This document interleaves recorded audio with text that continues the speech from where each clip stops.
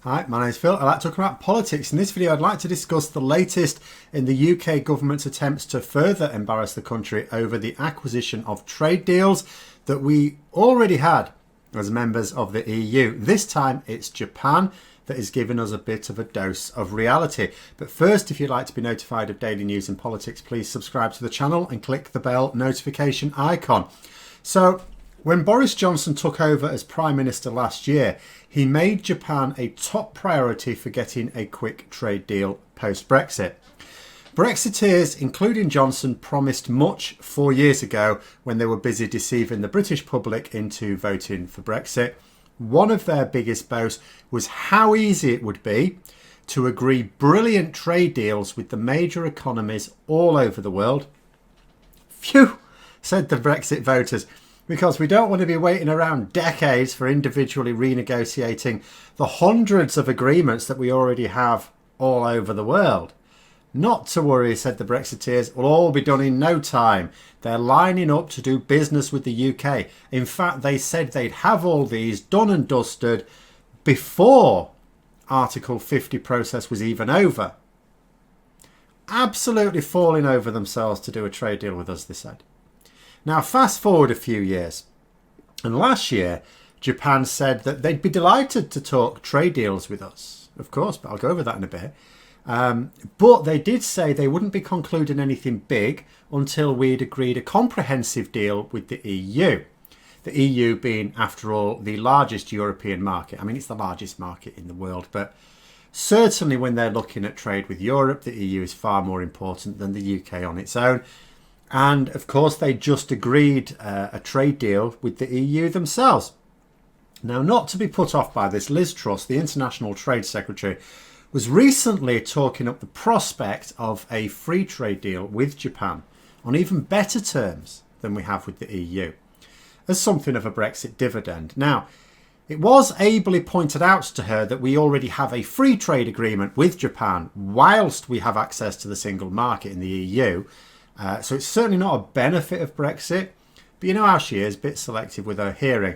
But now in a move surely designed to stop Britain getting our hopes up too much, or at least not wasting time, Japan have said that they will only agree to 6 weeks worth of trade talks, saying that we should limit our ambitions.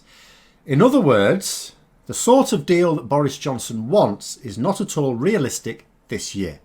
It's not to say they can't talk about it over a longer period of time, but there's a little bit of haste to get something on the table. Now, I will say this 6 weeks, I mean, it doesn't sound like very much because, you know, you have a week of talks and then you might have a month before another round of talks. So it's like 2 rounds of talks, isn't it? The 6 weeks they're talking about is actually longer than 6 weeks of trade negotiations as they'd normally be, because Japan are not majorly involved in high-level trade talks at the moment. It's sort of finishing off things. So they can dedicate a lot of resources into discussions with the UK.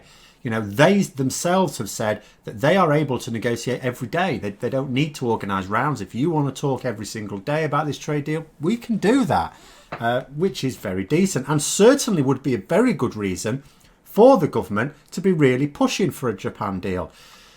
But this is still subtly different to the stance last year, where, as I said, it seemed that Japan were happy to talk, but they didn't want to conclude anything big until after the EU negotiations. I mean, that's still sort of the place now. I mean, were I to speculate, what I would suggest is that Japan have changed their approach a little bit because they've seen the way that we have engaged with the EU over trade talks, and they don't really fancy a dose of that because it's been a complete waste of time. So it sounds to me like maybe they want to focus Boris Johnson on getting something rather simpler than he really wants. Frankly, if it weren't for the fact that the EU committed itself to talks throughout 2020 as part of the withdrawal agreement, I think they probably would have stopped them by now themselves. Still, Japan are not saying that this is the reason. You know, their argument, not unreasonably, perfectly valid, is that if Britain wants a deal this year, and both Britain and Japan do want a deal this year, then their parliament needs time to ratify it. And in their estimation, that means, you know, they haven't got more than 6 weeks to finalise it. Naturally, they do understand, as does anyone with even a basic interest in international diplomacy, that that's not enough time to agree anything complex. I don't even know that either side has a real proposal in terms of anything really different. From the UK point of view, there is a page on the government website on strategic aims for the Japanese deal, but no proposal. Now, from Japan's point of view, I can find one thing. I can't find a lot, but then my Japanese isn't really that good, so I probably wouldn't. Effectively, Japan wants to negotiate a deal on similar lines to the one they've just agreed with the EU. In other words, that the conditions for trade between the UK and Japan would be quite similar to what we already have, which would be bloody brilliant, I would have thought. Certainly in the interim. So basically, the situation is Japan have said that the negotiations have to end by the end of July. And this is the same deadline that Boris Johnson recently gave himself to get an EU trade deal. Even though the EU have said, well, you've really got until October. But no, Boris Johnson, no, what are you on about? July, we'll get it in July. It's going to be a little bit busy, I think. I'm not sure he's going to have time for those 3-hour siestas he has every day. But although Japan know that you can't agree anything comprehensive in 6 weeks, as I say, it doesn't mean that they're just playing games here. Something I've tried to impress upon people is that when the transition period ends, a lot of people are focused on the fact we don't have a deal with the EU. And that's really important. But that's not all we lose. It isn't just our trading arrangements with the EU that lapse, but with almost the whole of the rest of the world. There are a small number of countries with whom we have already arranged interim agreements, so that's okay. In fact, while we're in the transition period, we have access to free trade agreements with 36 countries, not including the EU countries, as well as lesser agreements with many more. Japan is one of those 36 countries, and it cuts both ways. The UK obviously is not a massive market for Japan, too far apart. It's worth about 2% of their total exports. But still, you don't throw away 2% of your exports. The latest figures showed that in the UK, we import £14 billion worth of goods from Japan last year. For our part, we also exported nearly as much in value to Japan. So it's something they genuinely want to arrange a deal, and it's something we should genuinely prioritise, absolutely. In terms of the July deadline, it was noted that Japan did ratify their US trade deal last year extremely quickly. So if the reason for this 6 weeks limit is to get through their parliament, and there's no other reason for it, that might suggest they could actually go over a little bit if it looked like there was a deal quite imminent. So I go back to the point, I think this 6 weeks is to focus Boris Johnson on basically saying, do you want a deal or not? Because if you do, you're going to have to be really focused. You're going to have to abandon all this fanciful stuff you want. This is what we need to discuss. We haven't got much time.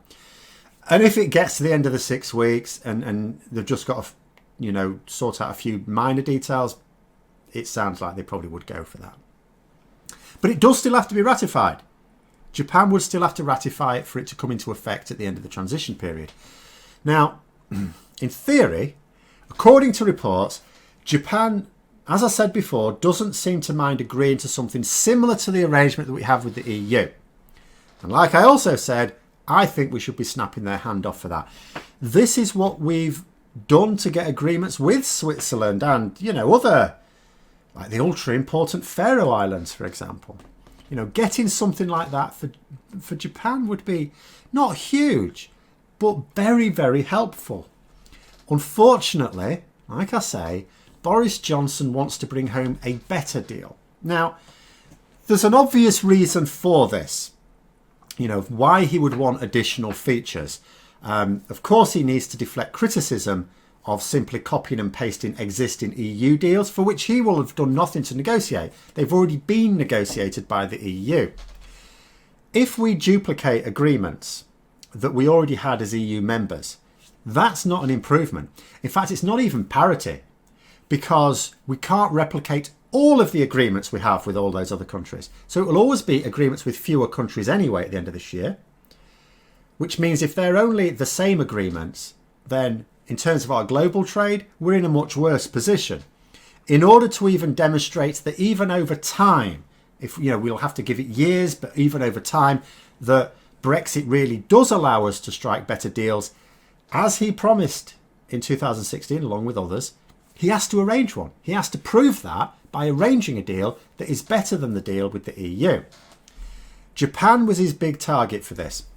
He knows he can't get a good deal with the US. He will bill it as such. He'll sell it as a great deal, but he knows it won't stand up to scrutiny. Same thing with the EU itself, but he thinks he can get something special from Japan. I do not know why, because again, not only is time a very limiting factor, let's say Japan gave us a deal on better terms than they gave the EU. Do you not think the EU, the much larger market, will say to Japan, what's going on here then? Of course they would. So as things stand now, Johnson doesn't look like being able to get anything that would help us sell, for example, agricultural products competitively in Japan, which is what he really wants, amongst other things. But there was a little carrot dangled in front of him by Japan. So they've suggested that they could dedicate more time to negotiations, if he wants some extra things, if the UK signs up to the Trans-Pacific Partnership, or what it became when Trump pulled America out of it. Now, that would essentially involve leaving the largest and most powerful trading bloc in the world, in the form of the EU, and joining a weaker one, albeit one that does include some other major economies as well. Now, the question is this: would Brexiteers find it more palatable to join a largely Asian bloc as inherently better to being in a European one? Because that would sound odd to me. And I haven't seen what the government have said to that, so I can't really comment there. But the point remains that we have to agree something. Japan seems to be happy to sign something similar to the terms that we currently already enjoy as part of the EU single market. There isn't time to discuss tariffs and quotas or anything complex. That's fiddly. It takes a while. So we'll see where we are at the end of July. I would have thought that he'll just accept it and sign it. He'll try and bill it as a great deal. It will help.